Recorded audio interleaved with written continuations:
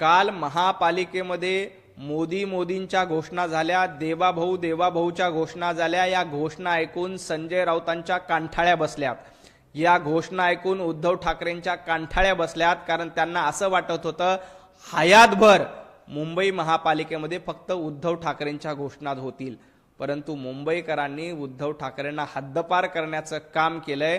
त्यामुळे काल मुंबई महापालिकेमध्ये मोदीजींच्या घोषणा झाल्या, देवाभाऊंच्या घोषणा झाल्या आणि या घोषणांनी संजय राऊत आणि उद्धव ठाकरेंच्या कांठाळ्या बसल्यात।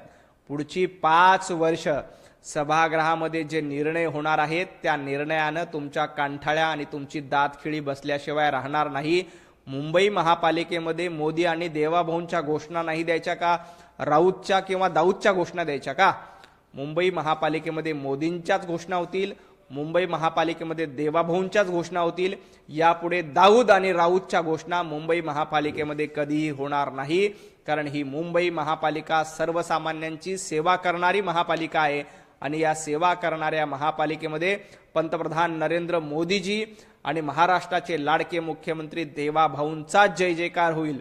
राहिला प्रश्न अदानी आणि अंबानींचा, संजय राऊत तुमचे मालक अंबानींच्या लग्नामध्ये जाऊन डान्स करतात, तुमचे मालक अंबानींच्या लग्नामध्ये जाऊन पत्रवाळ्या उचलतात, हे लोकांनी बघितलंय। तुम्ही अंबानींच्या घरामध्ये जाऊन कशा पद्धतीने चाकरी केली, स्वागताला दारामध्ये बुके घेऊन कसे उभे राहिल्यात।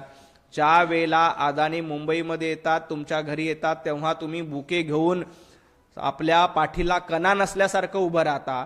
त्यावेळेला तुम्हाला अदानीवर टीका करायची वाटत नाही, तेव्हा तुम्ही रेड कार्पेट टाकून अदानीचं आपल्या घरामध्ये स्वागत करता, भला मोठा पुष्पगुच्छ घेऊन त्यांना देता, तेव्हा तुम्हाला लाज वाटत नाही। मुंबई ही महाराष्ट्राची आहे, मुंबई महाराष्ट्रापासून कोणीही तोडू शकत नाही। ज्या पद्धतीनं अंबानी आणि अदानींचं नाव घेता आणि त्यांच्या घरी जाऊन गुलामी करता, ही गुलामी तुम्ही बंद करा।